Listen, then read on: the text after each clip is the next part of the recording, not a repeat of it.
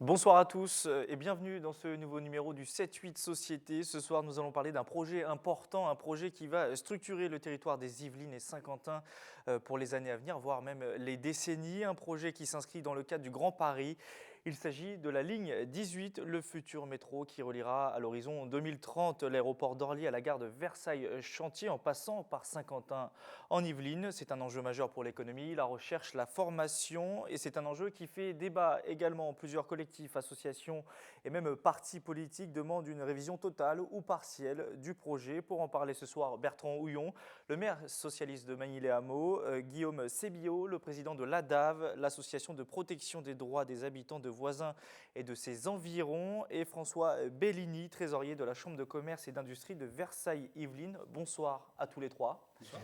Et avant de commencer cette émission, je tiens à préciser également que nous avons sollicité plusieurs fois la Société du Grand Paris en charge de ce projet pour participer évidemment à cette émission. Malheureusement, celle-ci a refusé, ne souhaitant pas débattre pendant l'enquête publique qui court jusqu'au 26 avril. Forcément, c'est regrettable, mais nous allons tenter de vous aider à mieux comprendre les enjeux de cette future ligne. Et d'ailleurs, nous sommes allés à votre rencontre vous demander ce que vous en pensiez de cette ligne 18. On écoute vos réponses, les réponses des Saint-Quentinois. Bon, je trouve que c'est pas mal. Dans la région, on est assez relativement mal desservi, donc je trouve voilà.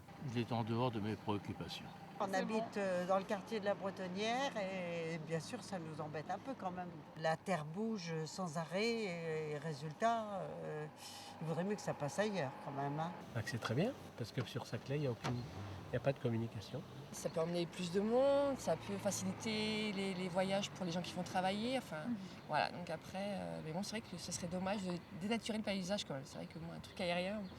C'est un plus pour tout le monde, il me semble. Et la valeur de nos maisons, ça augmente. Alors vous l'avez entendu, des réactions plutôt partagées avec une tendance tout de même assez positive sur cette future ligne de métro. François Bellini, vous, représentant de la Chambre de commerce et d'industrie des Yvelines, quel est votre avis sur le sujet? C'est un projet primordial aujourd'hui pour vous? C'est clairement une priorité. Aujourd'hui, nous avons un axe entre l'OIN Paris-Sâtelet, de Sâtelet jusqu'à Saint-Quentin en Yvelines, où nous avons les études, les recherches fondamentales côté Sâtelet. Nous avons les entreprises, les salariés, les recherches privées côté Saint-Quentin, et on a besoin d'une colonne vertébrale. Et il est clair que la ligne 18 est cette colonne vertébrale dont on a besoin pour aller de Saint-Quentin à Sâtelet. Ça va permettre aussi de ramener de nouvelles entreprises sur le territoire, de créer des emplois selon vous? Ça permet de fluidifier les trajets des personnes et des personnels sur les différents territoires, et ça permet également de rapprocher les entreprises sur le territoire. Si on a la ligne 18, on n'est pas du tout dans le même contexte si on est isolé comme on l'a aujourd'hui au niveau du transport. Donc un des enjeux, c'est d'une part l'implantation des entreprises extérieures sur Saint-Quentin et ou Sâtelet, là en l'occurrence Saint-Quentin, mais l'autre enjeu, c'est le fait d'avoir d'autres lignes présentes autour de Paris qui sont en train de s'installer, qui sont en train de se construire. Peut-être qu'il ne faut pas oublier que les entreprises qui sont ici, notamment les grosses entreprises, risquent de partir, et quelque part, c'est aussi le travail de nos enfants. Bertrand Houillon, en qualité de maire de Magny et également de conseiller communautaire, quel est votre avis sur cette ligne? Alors déjà, d'un point de vue général, est-ce que vous êtes favorable à cette ligne? Puisque je sais aussi que vous êtes défavorable à une partie du tracé de la ligne. Je me suis déjà exprimé plein de fois clairement par rapport à tout ça. C'est une épine dorsale, comme vous le dites. C'est une nécessité par rapport au pôle économique qui est Saint-Quentin-en-Yvelines, mais aussi au pôle d'habitat qui est Saint-Quentin-en-Yvelines. L'objectif premier des transports est bien de relier les habitants à leur lieu de travail, à leur lieu de loisir de manière générale, à faciliter, à fluidifier les transports. On sait qu'à Saint-Quentin-en-Yvelines, aujourd'hui, c'est un petit peu comme une maison autour de laquelle il n'y a aucun accès piéton ou voiture, etc., parce qu'on est totalement engorgé. Donc c'est une ville nouvelle qui s'est bien constituée à l'intérieur, qui est devenue le deuxième pôle économique d'Île-de-France, qui a un habitat diversifié, qui a un aménagement intéressant, mais qui a une grosse problématique, c'est qu'on est totalement fermé aujourd'hui. Et il suffit de regarder le matin quand on veut aller vers Paris ou inversement, c'est totalement impossible. Et les durées de trajet pour aller à Paris dépassent l'heure. que ce soit en transport ou en voiture. Donc on a besoin de cette épine dorsale qui est en plus le rapprochement finalement entre l'ensemble des parties de l'opération d'intérêt national Paris-Saclay. Donc c'est majeur aujourd'hui. Malgré cela, pour vous, pour la commune de Magny-les-Hameaux, ce qui vous dérange aujourd'hui, c'est le passage en viaduc d'une partie de cette ligne, 14 km sur les 35 que fait la ligne. Qu'est-ce qui vous dérange le plus dans ce passage en viaduc ? Une fois qu'on sait que ça fait 40 ans ou 50 ans qu'on attend des solutions de transport viables pour l'ensemble des habitants, il ne faut pas que ces solutions de transport aillent aussi à l'encontre finalement de ce qu'attendent les habitants et que ça devienne un transport nuisible. Donc là-dessus, il est indispensable. Nuisible en termes de bruit. En termes sonores, en termes de paysage. On est à l'entrée du parc naturel régional aux Vallées de Chevreuse. On sait aujourd'hui les techniques qui existent pour avoir des transports qui soient fluides et qui ne soient pas, qui n'aient pas de nuisance pour les riverains. On sait faire, donc faisons-le, sachant qu'en plus sur le reste de la ligne et puis sur d'autres secteurs du Grand Paris, c'est déjà fait. Et en plus, en 2011, ça devait être totalement souterrain. Donc aujourd'hui, nous, ce qu'on demande, c'est tout simplement que ce besoin de transport qui est totalement indispensable ne vienne pas finalement sacrifier un certain nombre de territoires qui sont nos territoires ruraux, les habitants de ces territoires ruraux, les agriculteurs aussi de ces territoires ruraux. Ça fait de vous un opposant à ce projet aujourd'hui, enfin le projet actuel, en tout cas tel qu'il est présenté, ça fait de vous un opposant à ce projet-là ? On est tout simplement pour la ligne 18 et qu'elle soit enfouie, c'est-à-dire qu'elle n'ait pas de nuisance pour les riverains qui attendent des solutions de transport depuis longtemps, mais pas uniquement la ligne 18. On attend d'autres secteurs, la tangentielle ouest, on attend d'autres éléments de transport comme des doublements de voirie, comme des transports en commun en site propre, qui ont été réalisés à Saint-Quentin-en-Yvelines depuis des années et dont il manque le tronçon, toujours le même, ce tronçon qui doit nous permettre d'aller vers Saclay. Donc il faut vraiment réussir aujourd'hui à faire cette révolution de transport, en quelque sorte, qui permette de donner des alternatives aux véhicules particuliers. C'est indispensable aujourd'hui pour le développement économique de notre comité d'agglomération, mais aussi pour le développement durable, tout simplement, de l'aménagement de nos cités. Guillaume Sébillot, vous représentez-vous un quartier de la ville de Voisins-le-Bretonneux, le quartier de la Bretonnière. Et ce qui vous dérange, vous, ce n'est pas le passage en aérien du métro. Au contraire, c'est le passage sous votre quartier du métro. Vous dites que, clairement, c'est dangereux pour vos maisons. En fait, le tunnel à cet endroit-là, il est à une très faible profondeur puisqu'il se trouve à 15 mètres du sol. Le toit du tunnel se trouve à 15 mètres. Alors qu'il devrait se trouver sur les autres tronçons en souterrain à plus de 25 mètres. Donc ça pose déjà un problème de nuisance, puisque l'habitat est constitué de maisons qui sont quasiment toutes de plein pied. Donc ce ne sont pas des immeubles de grande hauteur. Donc c'est un habitat qui est extrêmement sensible aux vibrations et au bruit solidien. Alors de plus, ce quartier a été construit sur des sols qui sont à tendance forte argileuse, et qui sont très soumis aux conditions climatiques de sécheresse et de pluie qui provoquent des gonflements-retraits. Donc même question que pour Bertrand Houillon, vous êtes-vous favorable à la ligne 18, Bien sûr. mais pas au tracé actuel? Voilà. C'est la même situation voilà. pour... Si vous voulez, ce qu'on constate aussi bien pour le tracé sur le plateau qu'au niveau de la Bretonnière, c'est qu'il semble que les études d'impact n'aient pas été effectuées. C'est-à-dire qu'on n'a pas fait, la SGP n'a pas fait d'études d'impact pour voir si ça posait un problème de passer à cet endroit-là. Est-ce que dans l'enquête publique, on constate qu'il y a une école, elle n'est pas répertoriée et le tracé passe au droit de cette école maternelle. Donc, si vous voulez, ce qu'on constate, c'est que les gens qui ont conçu ce tracé n'ont pas fait les études nécessaires pour vérifier l'impact. Aujourd'hui, que ce soit à Magny ou votre quartier à vous, à Voisins, est-ce que vous discutez avec la Société du Grand Paris? Est-ce que vous êtes entendu? Où en sont les discussions si vous discutez avec eux, Bertrand Houillon? La Société du Grand Paris, on parle avec eux, on ne peut pas forcément parler de dialogue, mais en tout cas, on leur dit ce qu'on en pense depuis. Alors, moi, depuis que je suis élu maire, donc depuis 2012, je les rencontre très régulièrement, on leur explique les raisons qui font qu'on souhaite que l'enfouissement soit maintenu finalement, puisqu'il l'était à la base. et les raisons pour lesquelles on le demande, comme nos collègues de Châteaufort, Villers-le-Bac, le Saclay. C'est simple, ils expliquent qu'ils ont fait une grande concertation de tous les élus.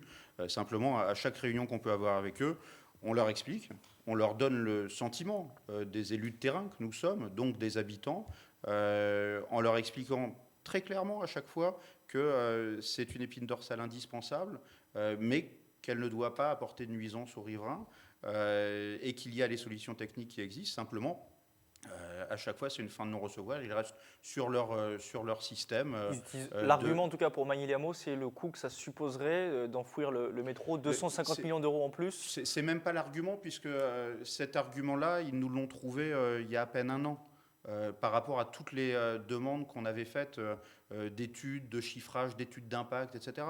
Là, par exemple, pour vous donner juste un exemple, le dernier élément en date, juste avant le démarrage de l'enquête publique, je les rencontre une nouvelle fois et on m'explique, pour Magny, ça va aller mieux, l'enfouissement, parce qu'en fait, les monuments nous ont demandé que ça ne passe pas devant la porte de Mérenté, qui est sur le golfe, qui est un élément classé de monument historique, qui est l'ancienne porte du parc du château de Versailles, qui a été refaite récemment, et donc du coup ils vont enfouir plus tôt pour une porte derrière laquelle il n'y a personne. Voilà.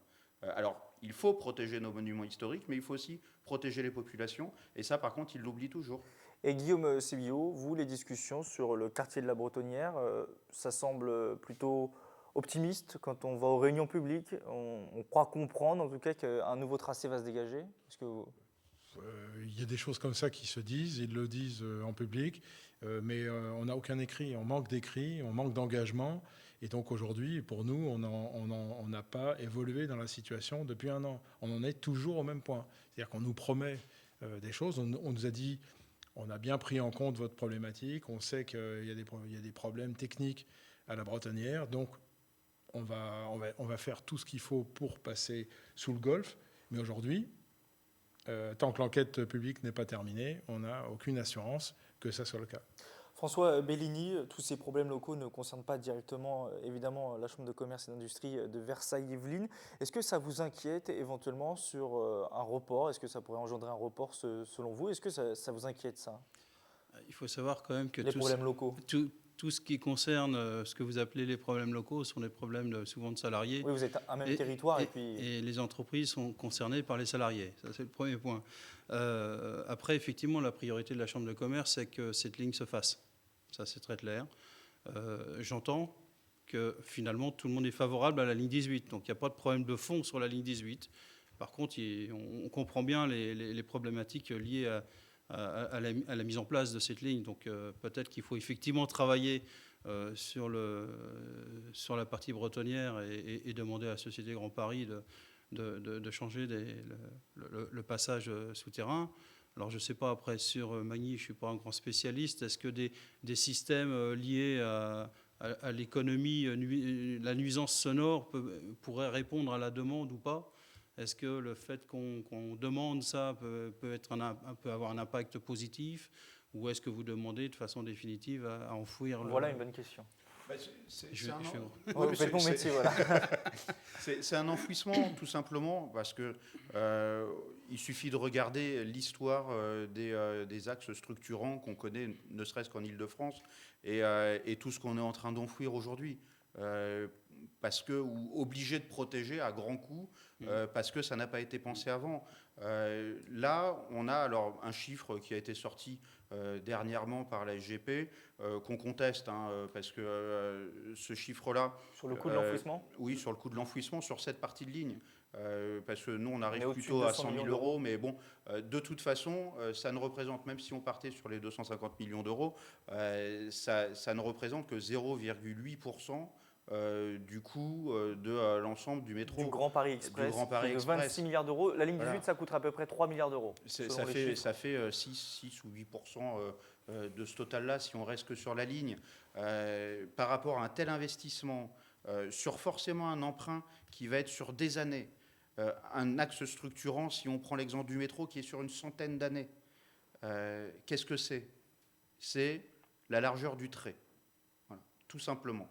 Donc, à partir de ce moment-là, que l'on fasse le nécessaire pour que vraiment cette ligne réponde aux besoins. Et même aujourd'hui, par rapport à ce qui se fait sur 50 ans en Yvelines, je ne suis pas certain qu'on réponde aux besoins.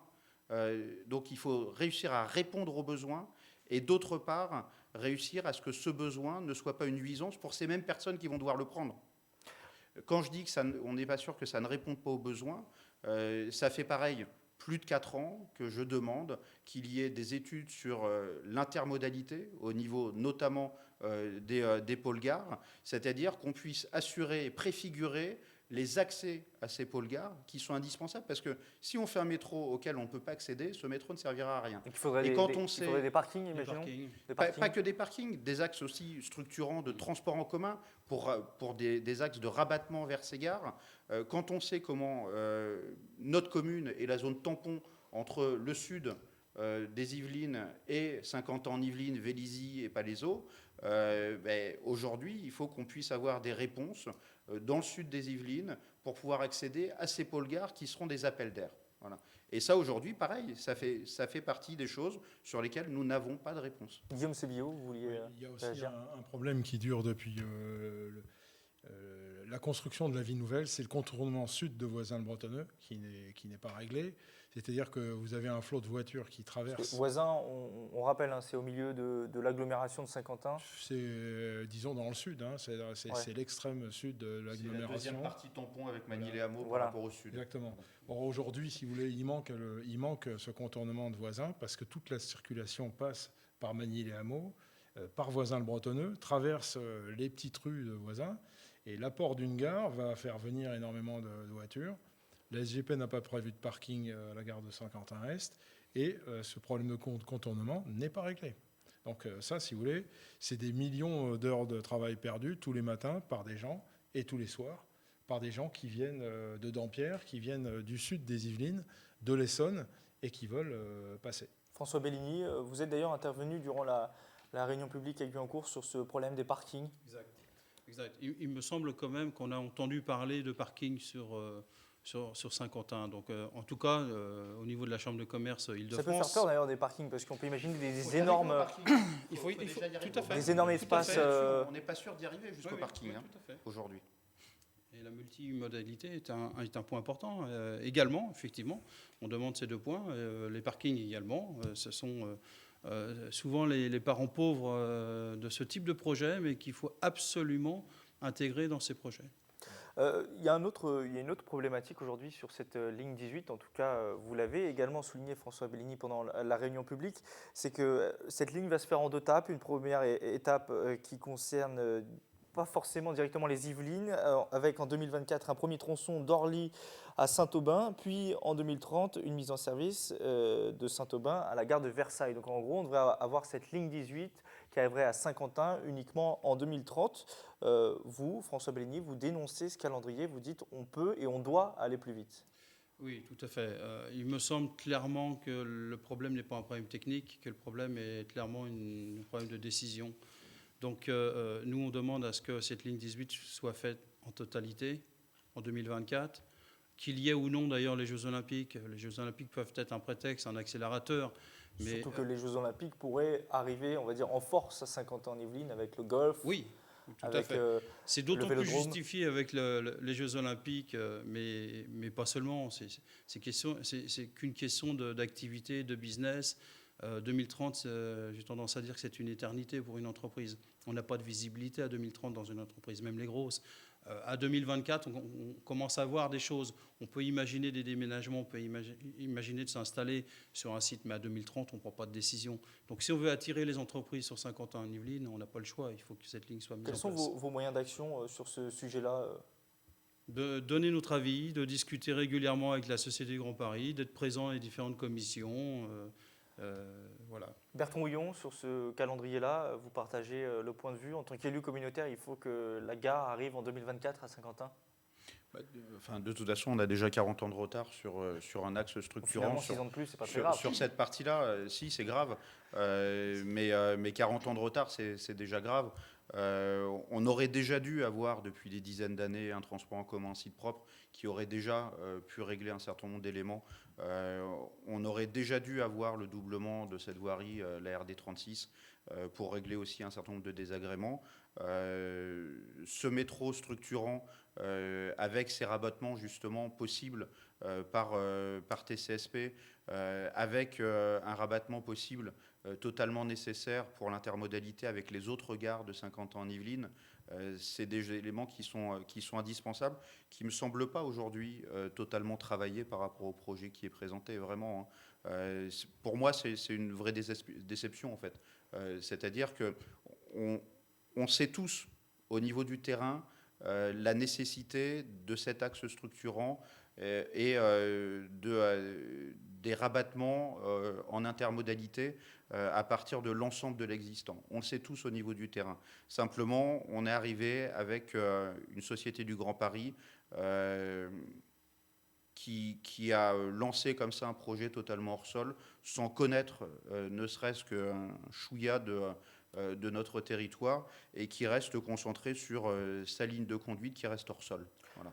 Donc à partir de ce moment-là, forcément, on ne va jamais réussir à avancer, alors que c'est quelque chose qui est totalement nécessaire. Voilà. Et 2024, c'est de toute façon déjà trop tard, etc. Toutes les entreprises qui viennent sur Saint-Quentin-en-Yvelines nous le disent.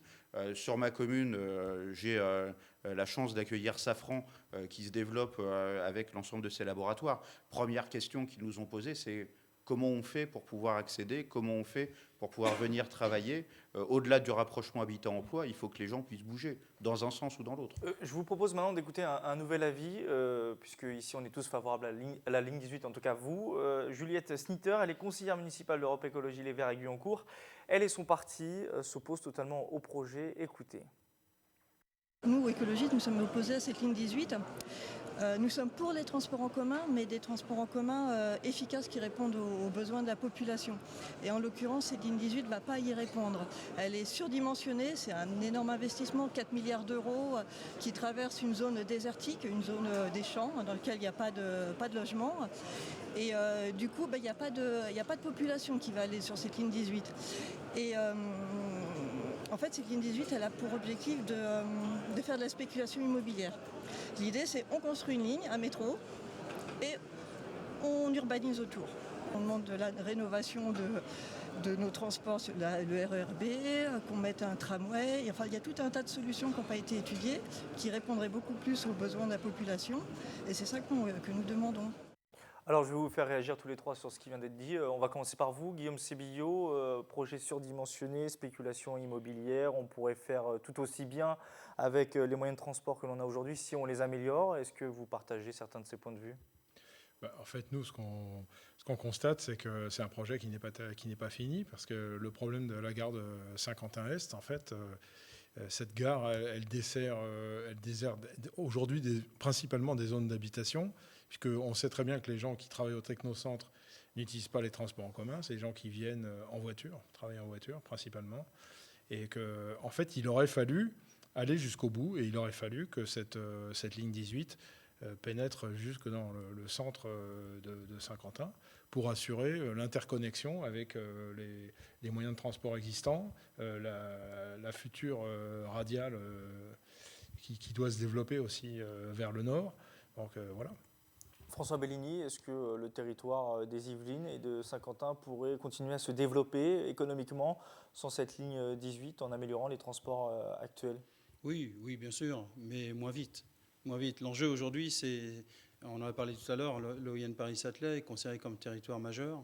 On va avoir le plus grand pôle universitaire en Europe sur Satelet. On va avoir toute la recherche fondamentale sur Satelet.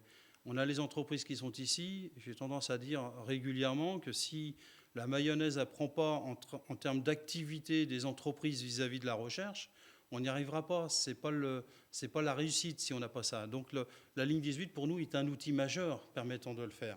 Mais ce n'est pas uniquement ça qui va permettre de le faire. C'est l'ensemble de tous les projets qui vont être mis en place sur Saint-Quentin.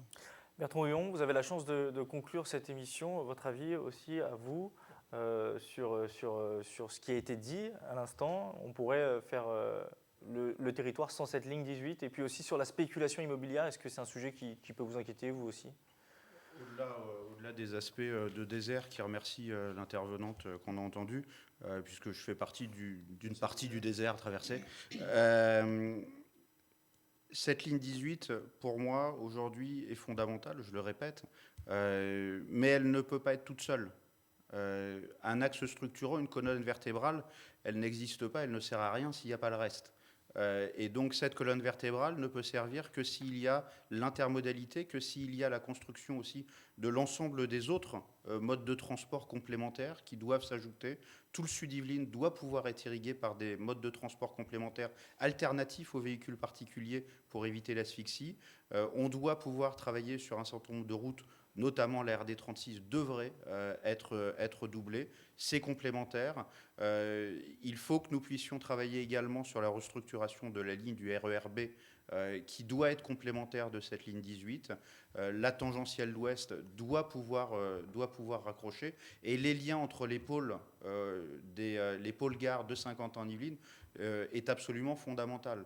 Donc tous ces éléments-là sont des éléments complémentaires de cette ligne, mais qui, je le rappelle, pour être efficace, cette ligne doit pouvoir permettre à l'ensemble des habitants d'y accéder, donc d'accéder au pôle gare par ses complémentarités, et elle ne doit pas apporter de nuisances complémentaires par rapport à l'existant.